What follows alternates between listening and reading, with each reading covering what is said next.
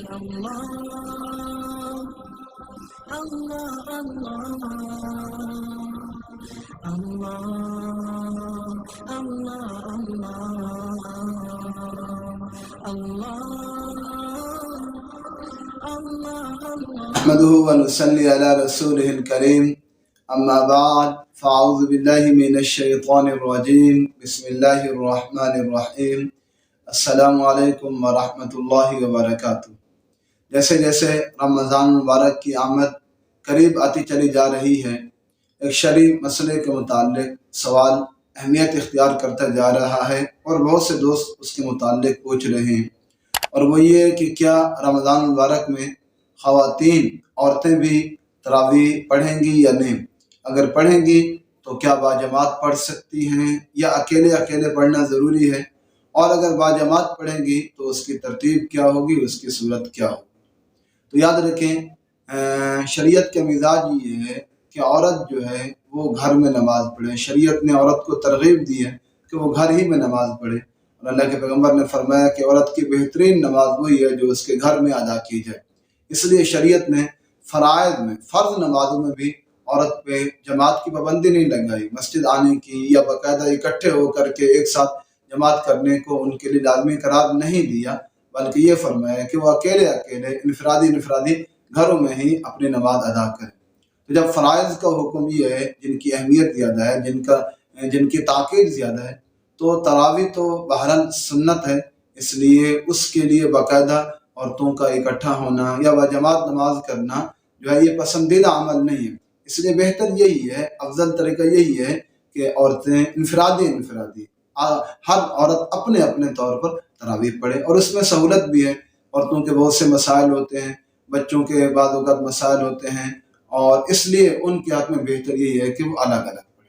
لیکن دوسری طرف یہ بھی ایک امر واقعہ ہے کہ بعض خواتین جو حافظات ہوتی ہیں ان کے لیے اپنی منزل سنانا، اور بعض اوقات ایسا بھی ہوتا ہے کہ پورے سال میں ان کو قرآن مجید کے پڑھنے کا موقع نہیں ملتا، اور وہ صرف اسی موقع پر اپنی منزل کی دہرائی کرتی ہیں، تو اس کے لیے بھی پھر اس چیز کو دیکھتے ہوئے فقہا نے چند شرائط کے ساتھ جو ہے عورتوں کو تراویح کی اجازت دی ہے۔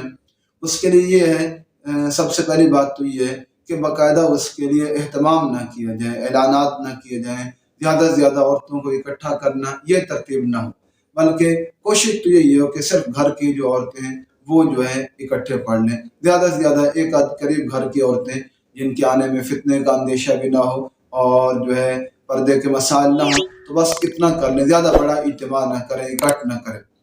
اور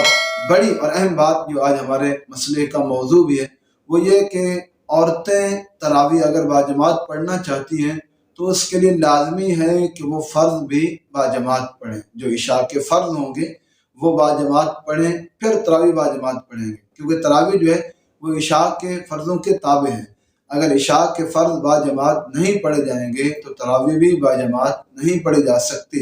یہ اس لیے بھی ضروری ہے کہ بہت سی جگہ میں نے ایسے دیکھا ہے کہ خواتین فرض اپنے پڑھ لیتی ہیں اور پھر تراویح جو ہے وہ باجماعت اکٹھے پڑھتی ہیں۔ یاد رکھیں اس صورت میں تراویح ادا نہیں ہوگی کسی کی بھی، آپ مشقت بھی جھیلیں اور اتنا دیر کھڑے رہیں، قرآن مجید پڑھیں، اور پھر بعد میں معلوم ہو کہ تراویح تو ادا ہی نہیں ہوئی۔ تو اس لیے اگر تراویح باجماعت پڑھنی ہے تو پھر فرض بھی عشاء کی نماز جو ہے وہ بھی باجماعت پڑھنی ہوگی۔ اور دوسری بات یہ ہے کہ اگر عورتیں باجماعت تراویح پڑھیں تو ان کی جو امام ہو، پڑھانے والی ہو نماز، وہ آگے نہ کھڑی ہو، یعنی مردوں کی ترتیب تو یہ ہے کہ جب امام صاحب ہوتے ہیں وہ آگے کھڑے ہوتے ہیں اور مقتدی پیچھے ہوتے ہیں، تو عورتیں اس ترتیب سے نہ کھڑی ہوں، بلکہ ان کی جو امام ہے، امام صاحبہ ان کی، وہ ان کے بیچ میں ہی کھڑی ہو، ان کے درمیان میں ہی کھڑی ہو، آگے کھڑی نہ ہو۔ اور اس میں یہ بھی اہتمام کریں کہ زیادہ زور سے نہ پڑھیں، کیونکہ عورتوں کی آواز مردوں کو سننا اچھا نہیں ہے، زیادہ بلند آواز سے نہ پڑھیں۔ بعض جگہ تو میں نے دیکھا ہے کہ خواتین بھی سپیکر لگا کر کے پڑھتی ہیں، تو بہرحال یہ جو ہے نیکی کم اور گناہ زیادہ والی بات ہوگی۔ تو اس لیے جو ہے آہستہ سے جو عورتیں صرف ان تک آواز جائے، زیادہ زور سے نہ پڑھیں اور بہت زیادہ اکٹھ نہ کریں، صرف مخصوص گھر کی اپنی عورتیں یا زیادہ سے زیادہ ایک آدھ قریب کی گھر کی عورت جو ہے وہ ساتھ ملا لیں، اور اس کے ساتھ فرض بھی پہلے باجماعت پڑھیں، پھر عورتیں جو ہیں تراویح باجماعت پڑھیں۔ ان شرائط کی رعایت کر کے پڑھیں گے تو امید ہے انشاءاللہ اس کی گنجائش نکلے گی۔ اللہ تبارک و تعالیٰ سے دعا ہے اللہ تعالیٰ ہمیں دین کے مسائل سمجھنے کی اور ان پہ عمل کرنے کی توفیق